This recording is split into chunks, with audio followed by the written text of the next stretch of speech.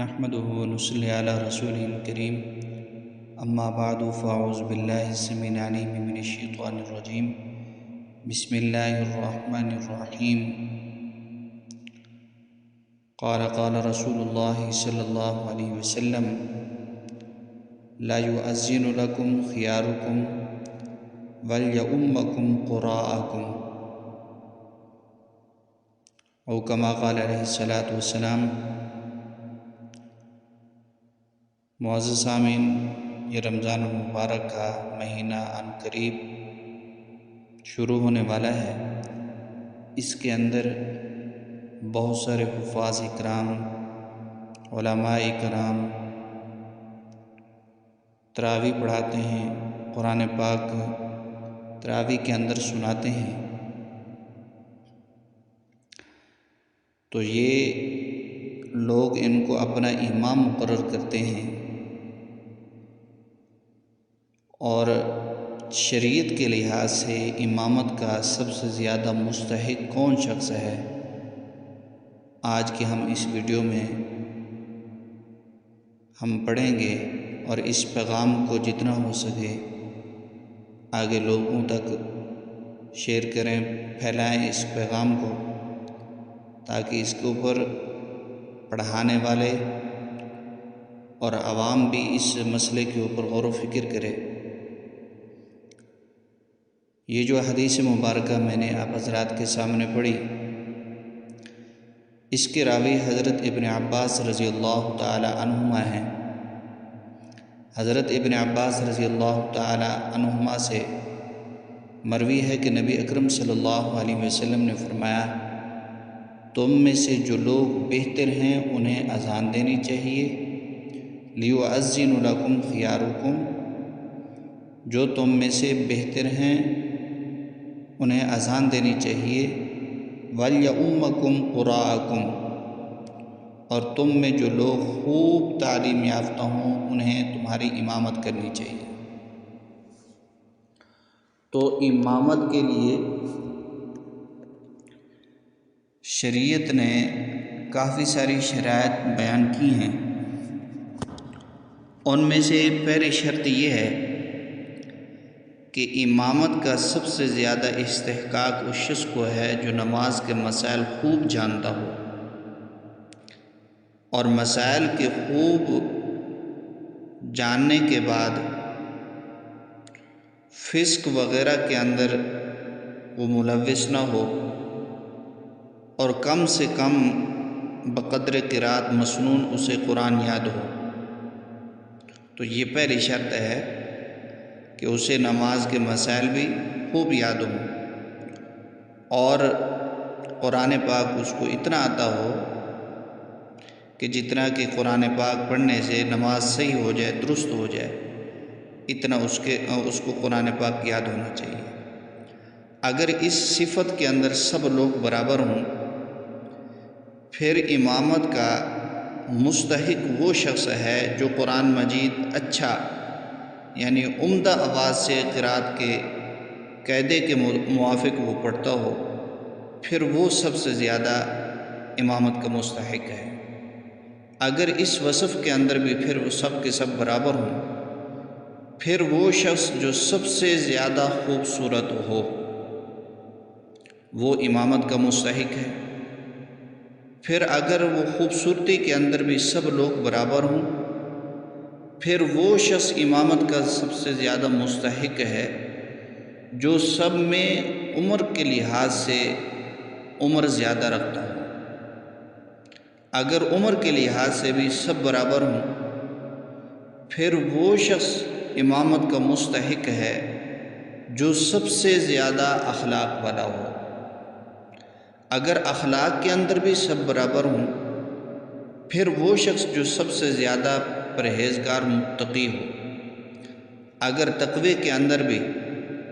سب برابر ہوں، پھر وہ شخص امامت کا سب سے زیادہ مستحق ہے جو لباس کے لحاظ سے اچھا ہو، اچھا عمدہ لباس پہننے والا ہو، پھر وہ امامت کا مستحق ہے۔ اگر عمدہ لباس میں سب لوگ برابر ہیں، پھر وہ شخص امامت کا سب سے زیادہ مستحق ہے جس کا سر سب سے زیادہ بڑا ہو، یعنی وہ ذہین ہو، فطین ہو، بات کو سمجھنے والا ہو، وہ پھر امامت کا سب سے زیادہ مستحق ہے۔ اگر اس صفت کے اندر بھی سب کے سب برابر ہوں، پھر وہ شخص امامت کا سب سے زیادہ مستحق ہے جو مقیم ہو بنسبت مسافروں کے، یعنی جو وہاں کا رہنے والا ہو وہ امامت کا سب سے زیادہ مستحق ہے، یعنی ایک جگہ کے اوپر مقیم بھی ہیں، مسافر بھی ہیں۔ تو اب ان کے اندر امامت کا استحقاق کون رکھنے والا ہے؟ تو علماء اکرام نے لکھا ہے کہ یہاں پر سب سے زیادہ امامت کا جو مستحق ہے وہ مقیم ہے۔ اگر اقامت کے اندر بھی مقیم ہونے میں سب کے سب برابر ہوں،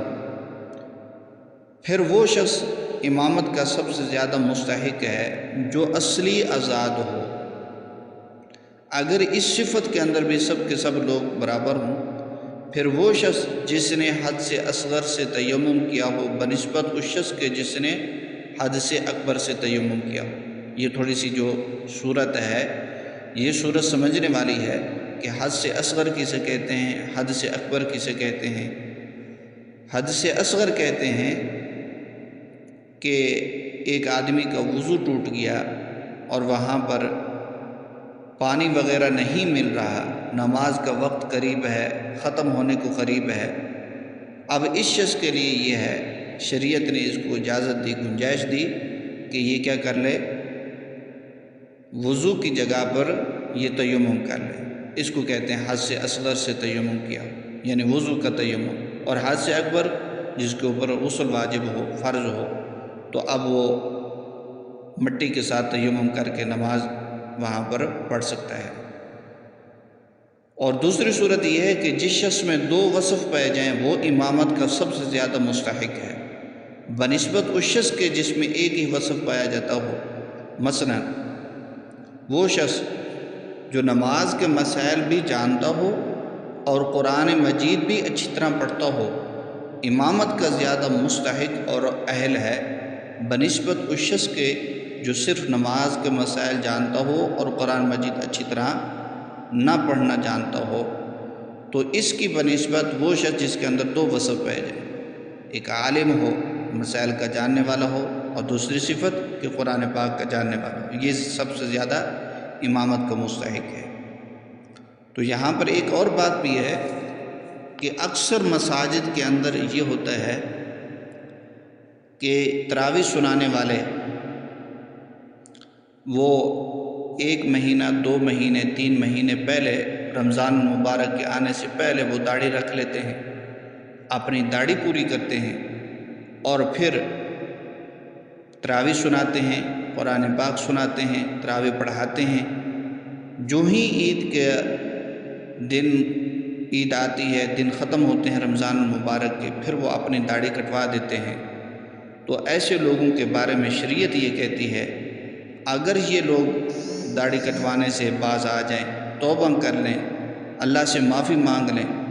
تو اب اس صورت میں اس وقت تک جب تک کہ ان کی داڑھی پوری نہ ہو،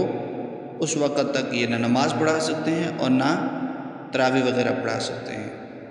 اور اگر یہ توبہ نہیں کرتے، اس طرح کے ڈرامے بازی کرتے ہیں کہ داڑھی رکھ لیتے ہیں بعد میں اس کو کٹوا دیتے ہیں، ایسے لوگوں کے پیچھے بالکل نماز نہیں ہوتی۔ اس لیے عوام کو چاہیے کہ ان مسائل کے اوپر غور و فکر کرے، اور جو آپ کے پاس حفاظ اکرام تراویح سنانے کے لیے آ رہے ہیں ان کو اچھے طریقے کے ساتھ دیکھیں اور ان کا جائزہ لیں، آیا کہ ان کو مسائل آتے بھی ہیں یا نہیں آتے، پھر اس کے بعد ان کو اپنا امام مقرر کرنا چاہیے، اس سے پہلے امام مقرر نہیں کرنا چاہیے۔ السلام علیکم ورحمۃ اللہ وبرکاتہ۔